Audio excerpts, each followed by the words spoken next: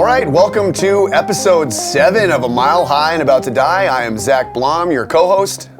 I'm Alex Blum, also the co-host. There's always a little moment there of co-host. We need to come up with like really excellent titles. Most host. Yeah, that would be yours for sure. So mine would be least. It should rhyme though. I'm just a man with a plan. So what's the plan today? The plan is to review step 7, which is humbly ask God to remove our shortcomings, and the principle is Humility. humility. Humilonian. All right, So really Alex. quickly, why don't we, last one, comes before 7 is 6. So why don't we just quickly recap what we all talked about there. If you want to see the other 6, they're on our YouTube channel, and you can check them out there. But, step 6, what was that about? So step 6 is about becoming willing to. Willingness is the key, is the principle behind the step. It's about becoming willing to we've looked at ourselves in 4 and 5. We've gone looking for maybe the things that are getting in our way, imperfections that could be stopping us from having a bigger, better life. And maybe it's stuff that's like super painful. So we're looking at those things and we're trying to become willing to get rid of them, and actually this is kind of where the 12 steps is this really cool thing. It's not a program of addition, it's a program of subtraction. So it's the idea that we're going to try to figure out a way to not just identify these things and then suppress them further or, organize them like a lot of other self-help, ideas have. It's really about let's identify them and then give them to this higher power so that, and if it's real or if the process is real at least, whether or not God is real, you'll figure out on your own. But if the process is real, it will be removed from me. So it's becoming willing to be like, I really like dishonesty, but I know it hurts me. I mean, it serves me in the short term, but it hurts me. Sure. I've identified some, character defects that are specific, more to me. Self-pity was my big one. Arrogance was another one. So can I find these things and can I ask, this higher power of my own understanding to take them off my hands? So I kind of think of step 6 and 7 as 2 parts of a similar process where it's like step 6, I'm saying, all right, here's the stuff I've got. And then step 7 goes, take it away, And so one's kind of almost preparing or it's like putting the dinner out and then God gets to eat on our arrogance in step 7. And it's delicious, a little sweet, a little sour. Ooh, yeah, bitter. So, great. So, we went over that already. So I don't think we did go over this already. Okay, go over it. Okay, so step 7 is it's a prayer. Okay, we're going to be doing a prayer in this step. It's another one that we memorize. It kind of goes along with the 3rd step prayer that we talked about in episode 3 and step 3. It's kind of a completion to that. There's some other prayers. So if we're going to humbly ask God to remove these defects of character, remove our shortcomings. Those are the same thing, by the way. Shortcomings and defects, same exact thing. Old-timey language might call it a sin. Any place I'm falling short consistently, that it's bothering me how I'm always falling short in this way. And now I'm carrying around guilt and shame or something like that. I need solutions to the emotions that I have about those things. So I need a solution for fear is a big one that comes up for us that detracts us from the good life. I need a solution for anger. I need a solution for every, general character defects or where I'm falling short in my life. And so, the things that are going wrong. So the fear one, we're going to just, a real quick recap. Remove my fear, focus my attention on who you would have me be. We tend to outgrow fear when we do this prayer regularly. Fear comes up, I can feel the tickle of it in my stomach. Usually there's a physical sensation involved. I say this prayer, and sometimes I need to say it, a few times, but it goes away. It actually removes the fear, it would appear. It doesn't stuff it somewhere else or let it build up until I get into action. It just takes it away so I can get back to being me or whatever this creator would have me be. The anger prayer. You seem angry a lot, Alex. What are you talking about? What's the anger prayer? This too is a sick person, and let me help them and save me from anger. So I guess the idea here is that rather than projecting my anger onto somebody else or taking personally the way that they behave is to say, this person's sick or whatever things that they're making arise in me is not really personal, but really something that they're dealing with just as I too have things that I'm dealing with. So, let me be helpful and rather than getting stuck in that cycle of anger. And then the last one is the Defects Prayer, which says, mold my ideas and help me live up to them. So, what? What? Yeah, well, it's, in a general way, it could be a bunch of different things that I'm getting into that are hurtful to me.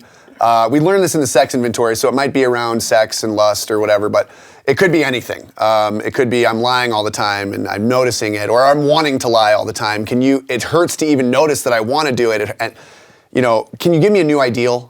And can you give me something to live up to and just help me, so I need to create a new relationship with, if I'm trying not to think of the Statue of Liberty, what am I going to think about, It's more like, give me something else like the Eiffel Tower. Can I think about that instead? Something like honesty, or is that something that it feels so good to be honest, like doing this podcast, saying these things out loud, telling our story. It feels good to tell the truth, even though it's a little scary at first. You just got to weather yourself to the scariness of it. So yeah, give me a new ideal, help me live up to it. And then, so this other one that you hear sometimes, very rarely at the end of a 12-step meeting, there's always a prayer at the end of these meetings. Very rarely they'll say, let's do the thank you prayer. And everybody holds hands and they say, thank you. And very straightforward. Yes. And this to me is like, so I'm the kind of person that had a lot of self-pity. So when something good was happening and I'd notice it, I'd go, oh, fuck, something good is happening, which means that's going to stop happening and then something bad is going to happen. So it's this old programming. So, and then I would feel this sinking feeling and I'd start to get back into the depression that I was in. So to keep out of that kind of stuff, like that extra thinking that I don't need to do, that extra negative emotion that I don't need to have in my day, I would just say, thank you.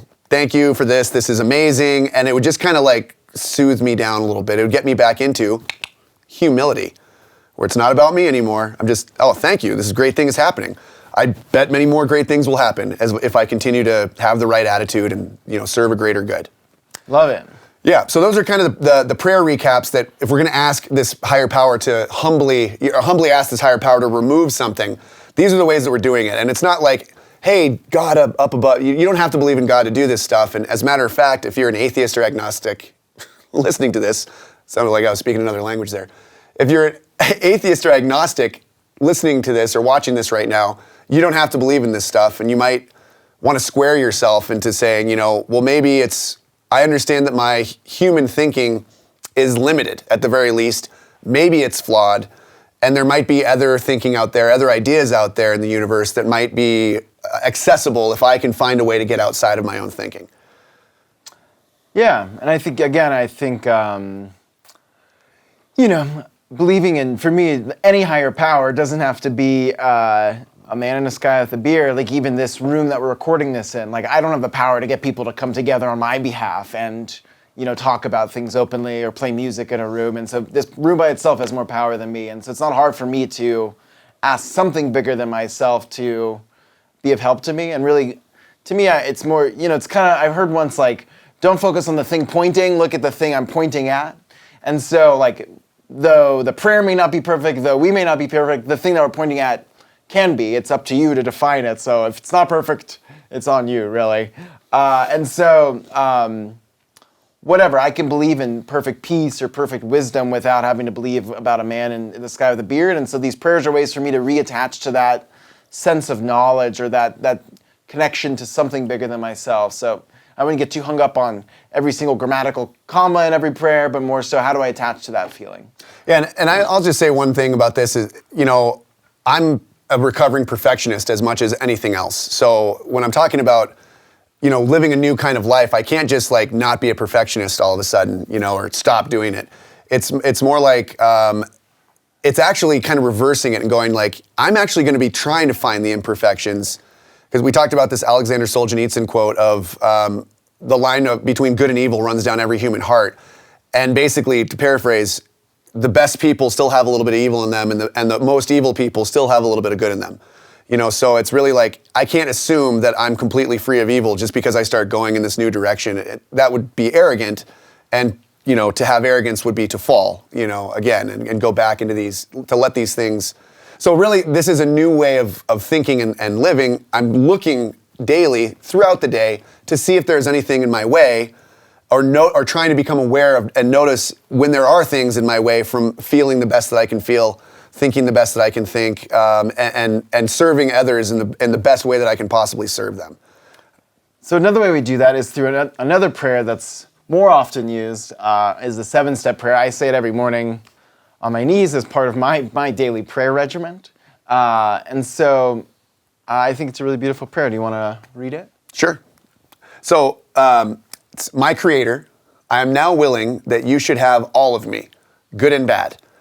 I pray that you now remove from me every single defect of character which stands in the way of my usefulness to you and my fellows. Grant me strength as I go out from here to do your bidding. Amen. I've never done a lot of bidding for people. That's fun. Yeah. You know, I'm really interested in that prayer, especially at the beginning. It's interesting where it says, you know, to have all of me, both good and bad. You would think, you know, you really only want to give God the good, but you're saying it's everything I got, like it's yours. I wonder, does that confuse you or make sense to you? Like, how do you think about that? Honestly, it's a relief to have something like that. You know, because it's kind of going like, look, I'm doing as best I can. Trying here, man. I'm trying, man. You know, like I just did my 4th and 5th step, so I probably feel really amazing at this time in my steps. If I've done it right, I should feel good because I've told some deep truths about myself to somebody else, and that can be scary. I mean, I've told all of them, really, is the idea. I've told everything, every secret that I have. I've aired that out. Not just the funny ones. Yeah, I mean, yeah. So, yeah, all of it, the terrible stuff, too.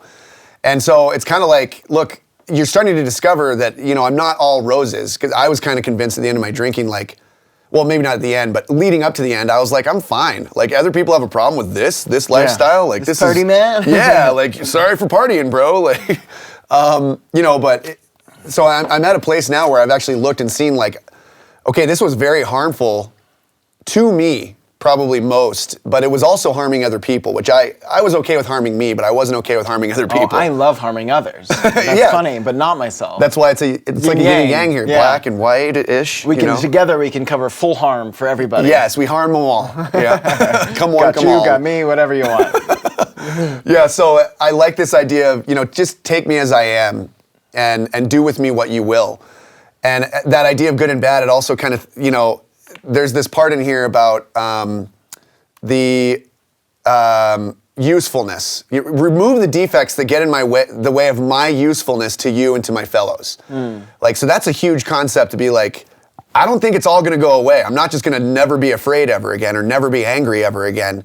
But it's kind of the idea of like, I'm going to direct this, I'm going to adopt this attitude of like, I'm going to go in this direction to serve.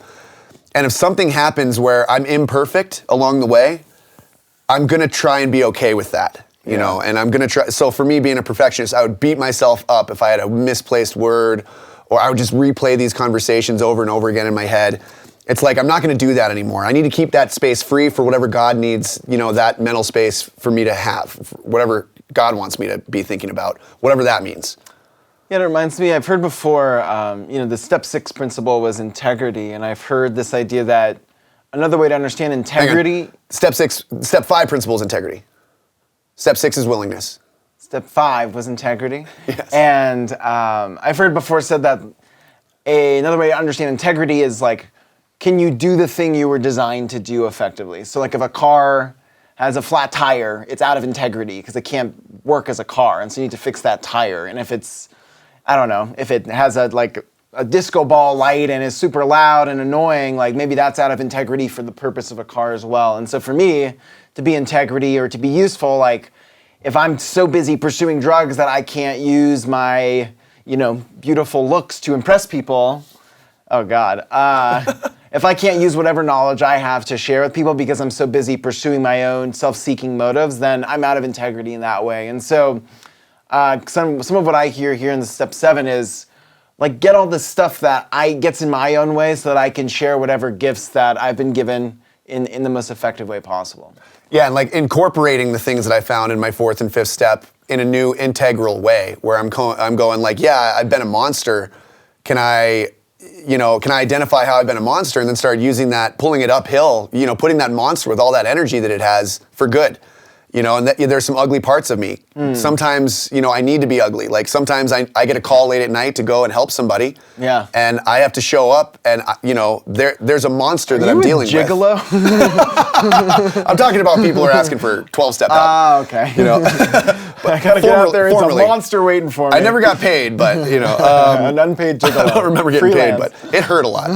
But so what I found was, I need that monster to contend with the monster in the other, and I know that there's that beautiful person inside of them, but I'm showing up dealing with the monster who wants to make it about how their mom or their dad or their girlfriend destroyed their entire life, and they want to go burn them down, and they're drunk. Yeah. And I've got a monster that's just as big and bad, but now it's probably even more dangerous in a positive way, because I know that the outcome is to get to that beautiful person inside, and you can't out-monster me anymore. Love monster. Yeah, love monster. Ooh, I love that. Love beast. Send photos.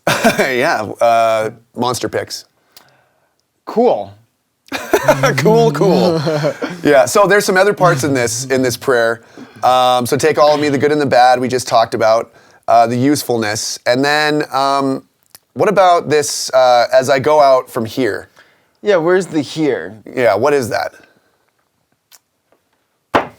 Well, I kind of think of it in two ways. One is just saying, like, I don't have to carry with me all the legacy of the past and all the, baggage and bondage of the past. And I'm just talking, okay, I'm in this new, refreshed moment in the present, which is the only place I've heard tell that God can exist is in the present. And let me go from this place, start anew, fresh and innocent, effectively, in the best way possible. And I think a lot of the program is this kind of constant, like, asking for renewal, redemption, and cleansing so that I can get back to what my purpose is. Then I think the other part of it is really, these prayers are coming from the heart, which to me is like where the mind and the emotions, like the animal and the mental part of us connect, is in the center, where those things are kind of unified, integral, and useful. And so I'm saying, let me live out from this place and go out from here to do your bidding. So I'm not going from this pure logical brain place, I'm not going from this animalistic pursuit of pleasure place, but this integrated place where I'm using my abilities in a rational way and using my feelings in a way that's useful. Yeah, and there's this... Really well said, Alex. That was awesomely well said. Thank you, bro. Yeah, that was beautiful. Thank you. Well, and you shouldn't say it. You don't have to say that. Well, okay, so for me, like, I've got a monster up in my head, and I need to move into my heart in order to overcome that and get into right action in my body so that I can take... my mind is there to serve my heart and not the other way around. I think I had it backwards before. Every morning after I meditate, I go like this, and you literally are like connecting your head to your heart. There's a lot of science around that, actually. Heart math. You guys should definitely check it out. So apparently, when you get into gratitude space and actually really feeling gratitude, like doing meditations on gratitude of holding your heart and actually directing, hey, my heart has beat, thousands of times, even all through my hardest days, even, before I was even a conscious little being in my mom's womb. At my drunkest, it was still, beating at my, so it's taken me through all of this. And just to be thankful for my heart itself, apparently the tissues around your heart get engorged, much like your sex organs do when you're doing sex things. Yeah, right now would be great. And apparently that puts you into this receiving state. Gratitude is a receiving state. When you're in the receiving state, you're not fighting anybody. It's the opposite of resentment. And so it's the opposite of me trying to fight somebody. So a couple things here, as long as my creator, okay? My creator starts this one off. I remember hearing this for the first time. And again, I was still I was starting to feel some things when I do these prayers. I felt like connected to things in a new way. I felt like there were invisible walls that I was now conscious were not there anymore. Okay, now this might just be mental illness, okay? But it was also... So you're seeing walls and they're disappearing. No, they were invisible. You were not seeing walls. It's kind of like the architecture of your thoughts takes you in the same, geographically, I was going from, wake up, go to work, go to the liquor store, home. I had this you could have built, a depression tunnel. Shuffle. Yeah, exactly. So I'm just shuffling from one thing to the next in this triangle, again and again and again, and you could have built walls around it, and I wouldn't have needed to see anything else. That was my whole day. That sounds shitty. It was terrible, and it was getting smaller and smaller. Like I used to do other things as well, but then, or at least go to the bar, and then maybe to somebody's house afterwards. But now it was just this triangle. Exactly. Like a water going down a drain. It was just the sad spiral. Movie. Yeah. Coriolis effect was just sucking me down. Ooh, that's a big word. Yeah. Well, northern hemisphere. So it's which way the water, goes down your soul. So this idea of like my creator is this interesting thing because I was like all in on this. I was like, don't care if it exists. I just need something's working when I'm doing this stuff. Something was working in a big, big way. I was starting to feel good for many days in a row now. Occasionally I'd have a hiccup, and then I had all these tools to change how I felt and change my thinking. Yeah. And I'm going to meetings regularly and stuff. But this idea of like my creator, I was still going like, okay, so now I'm starting to contend with like, okay, something created me. And I guess, well, to interrupt you, Please.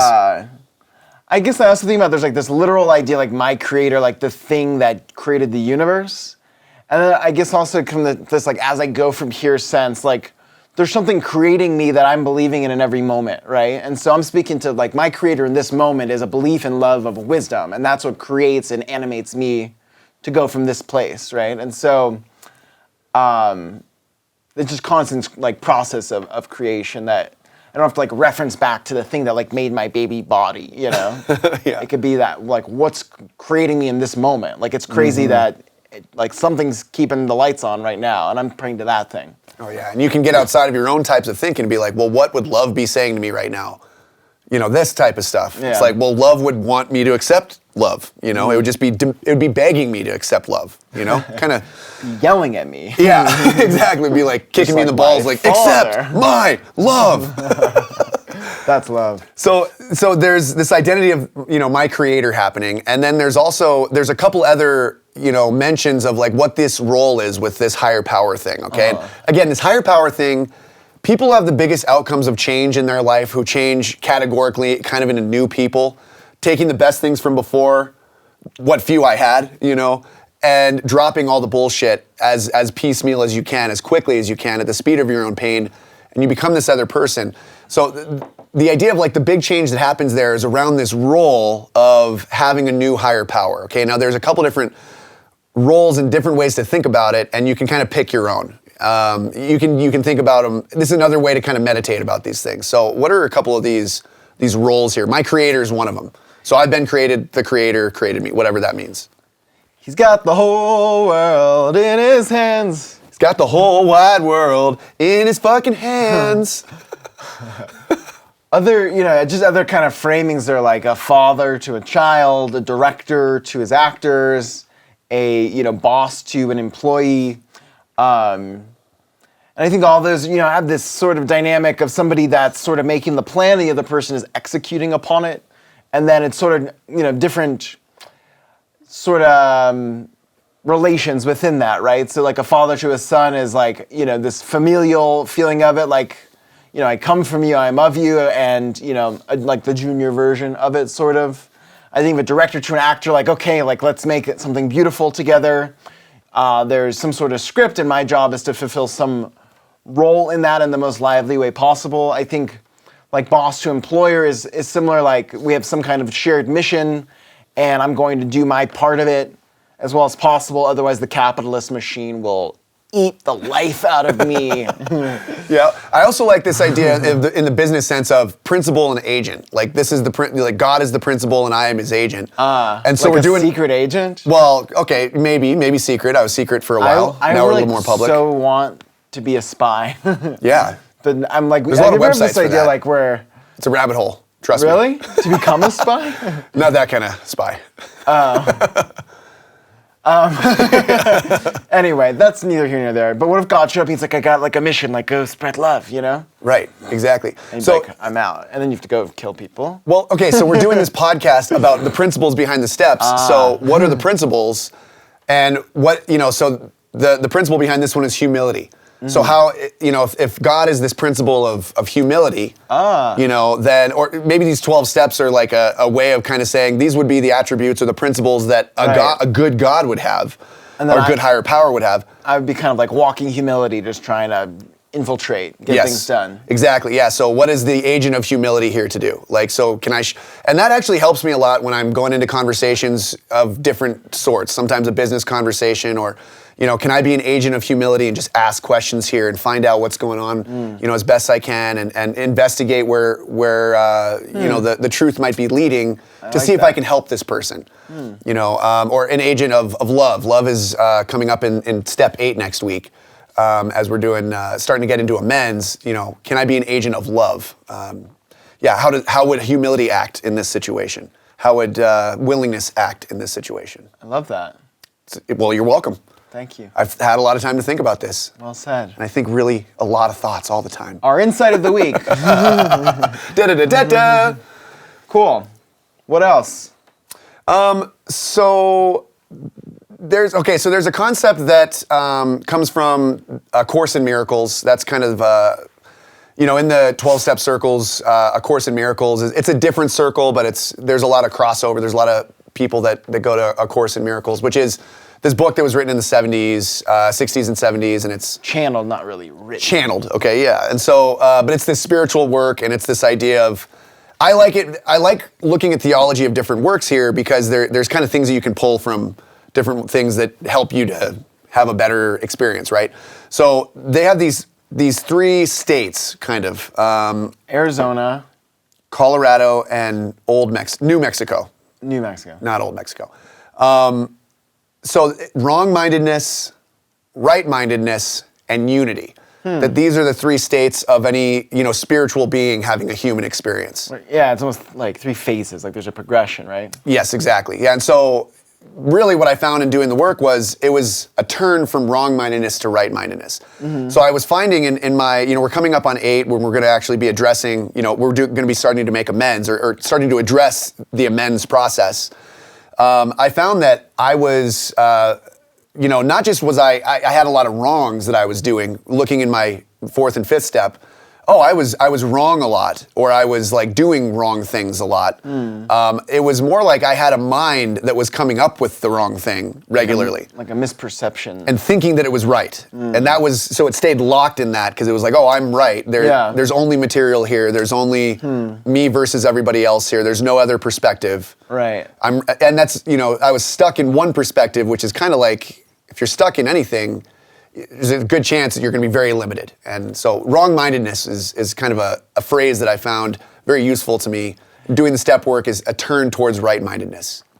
And from some knowledge of A Course in Miracles, I think that wrong-mindedness is just basically this idea that I am separate or different from the things around me. And right-mindedness is to say, actually, we're literally of the same thing. Is that? Exactly. Yeah, that you're my brother, and not just that, but like we're really ultimately the same thing. Like you and I together, like everything here, we're all, like we're going towards unity where all things really are the same. It's the same one big thing, and it's all love. And what's the difference? So I understand, to me it's simple or straightforward, like, okay, I think everything's different than me, that's wrong-minded. Right-minded is everything's the same as me. But then what's the difference between right-mindedness and unity? Everything's really, really the same as me? I think it's kind of, for me, look, I'm not perfect, okay? So the idea is, although maybe A Course in Miracles would say, but you are. Unity. But I used to think that, yeah, like you experience perfection. But if I think that I'm perfect, that may, so, I don't know, it's a tricky subject, okay? But my experience has been, that when I start to look at myself as possibly wrong-minded, that's already a move into right-mindedness. If I can be in right-mindedness, just having that experience, I can actually have moments of unity where I feel one with all things. And so really, like for me today, in my experience on this planet and the things that I've learned from the 12 steps, like I'm either going to drink or I'm going to experience unity with all things every fucking day. And so all of these concepts and actions that I'm taking are like, I'm here to experience connection with all things, and connection is the opposite of addiction. So if I'm addicted to something, it's me being stuck in wrong-mindedness. So almost to me, it sounds like there's like wrong-mindedness, which is like confusion, and then right-mindedness, which is like saying, no, I'm going to remember this thing, and then unity is actually being the thing almost. Exactly. Yeah, sitting in it, and meditation is an experience, hopefully, of unity. Like water doesn't sit around thinking, I'm water, it just waters. Correct, yeah. So like the meditations that I'm practicing right now are, I'm sitting there inviting God to sit with me. On your lap? Well, in the room with me, and then maybe even like sitting into the chair where God is sitting already, and having that experience of like total love and connection, and And so the idea here is like the outcome that I'm going for in these meditations. Step 6 is a meditation step, so we're building on that in step 7. I'm trying to go to this place, and probably everybody's experienced this at one point or another, where you kind of like forget who you are completely. Like your person, not Or saying maybe remember. Yeah, exactly. Like forget this personality that you've had Think to you put are. on, this mask, and then you go into this place of like you just feel love and connection and forgiveness and truth, and it all kind of flows together. And if you have a few moments of that, Love that shit. holy fuck, is it ever worth sticking around for? That's better than heroin. And I can say like I did my 5th step. I finished my 5th step.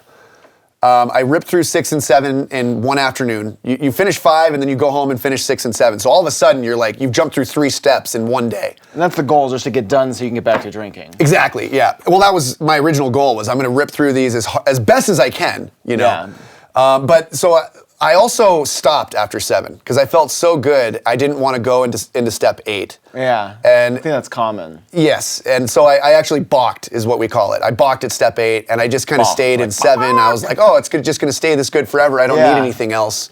But what I found was I did regress, and I went back to this place of like, I had some insanity. I'm gonna talk about that more next week, but it's important that we like keep on moving through these things. And speaking of keep on moving, what are we in humility? There's some great definitions of humility out there. What are some of them, Alex? I've heard of humility referred to on this PowerPoint slide as the anecdote to self.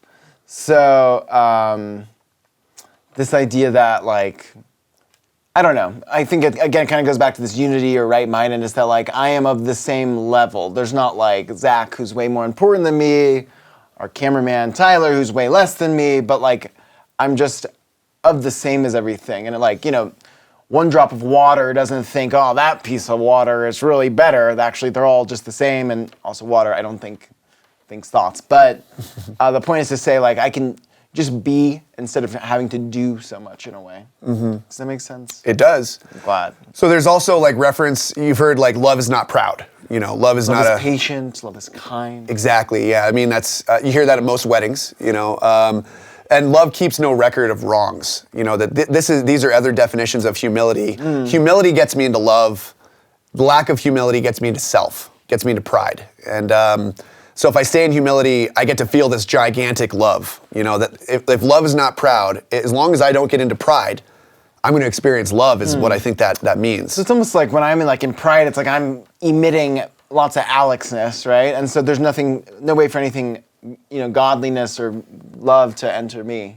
Right, it's more like, emitting the ego instead of emitting like the essence of Alex. Yeah, or to me it's like this kind of flow, right? Where it's like I can give and receive rather than like only monodirectional ego. Yeah, exactly. Yeah, ego versus Ingo. Yeah, and then lastly, this is a really good one. Humility is also another definition, right-sized. I became right-sized. No longer is it about bigger or smaller or more or less. It's about being right-sized. And I think, that's one thing I love about being a member of any 12-step program is like the status of member. Like there's no boss, there's no subordinate. Everyone just shows up, part of the same tribe, trying to, get through the day.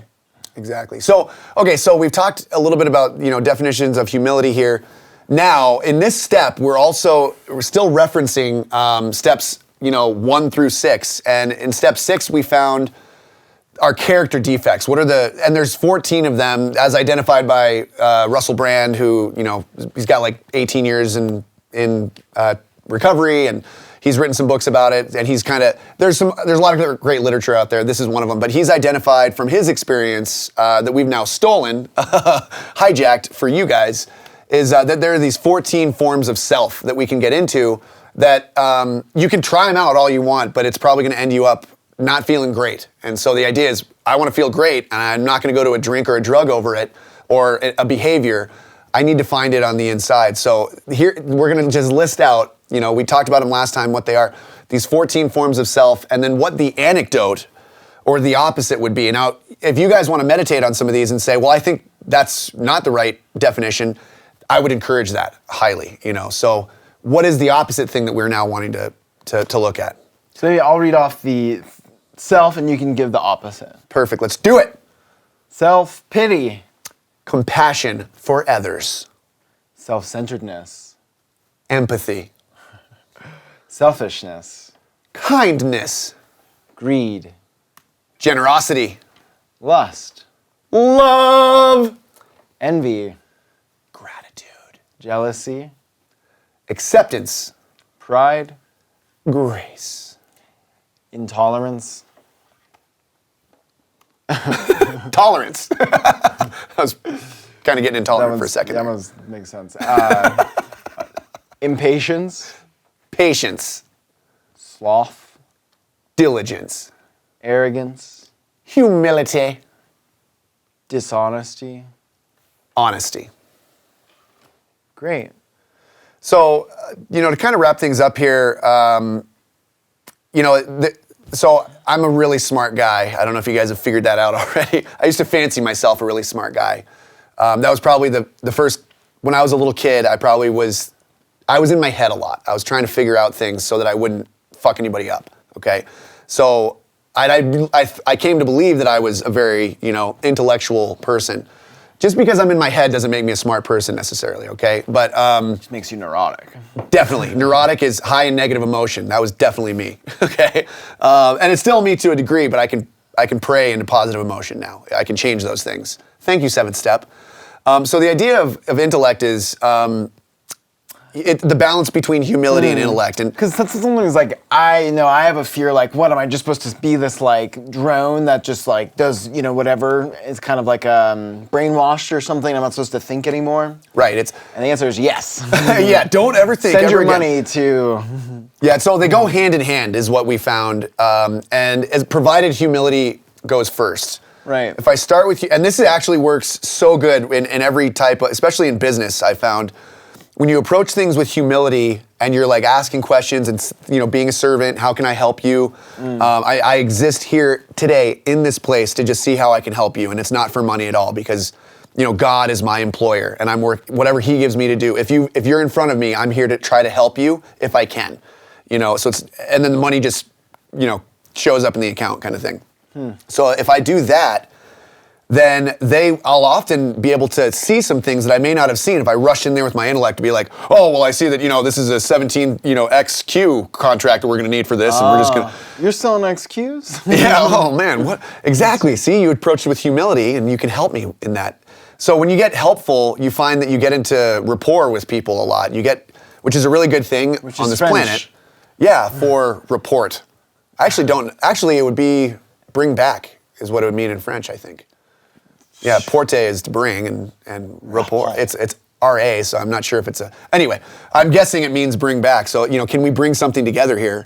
Maybe the end of this podcast is coming up. What about this last definition of humility? I love this one. Humility as not thinking less of myself, but thinking of myself less. Whoa. So this kind of outward focus rather than this internal thing. Like, when I spend too much time by myself, like my brain starts to eat itself. Exactly. But if I can put that same energy into the things outside of me, it's sometimes useful. Yes. So we're at this place where we're past halfway, and if you're following along at home and you're actually making a daily practice out of this, it would probably look something like the first 7 steps, okay? And that would be wake up. Pray or direct your thoughts towards usefulness and freedom from bondage of self. That would be a good thing to start thinking right away before I think any thoughts about, oh no, what's going to happen today, or fear, or anger, or whatever it is. I'm going to immediately direct my thoughts outward to like, how can I be useful so that I don't get attacked by them, okay? For you people who have never been attacked by your thoughts, God bless you. That's amazing. But this is a good, let's go on offense for this tactic. Then we can move right into meditation and becoming quiet and become familiar with our thinking and our feelings. How am I feeling today? What am I thinking about today? And what is my will, my thinking and my feelings? What are those things today? I'm getting familiar with those. Then, pray to basically say, take my crap and let me have your will instead. That's maybe more useful and loving and enlightened than mine. Mm-hmm.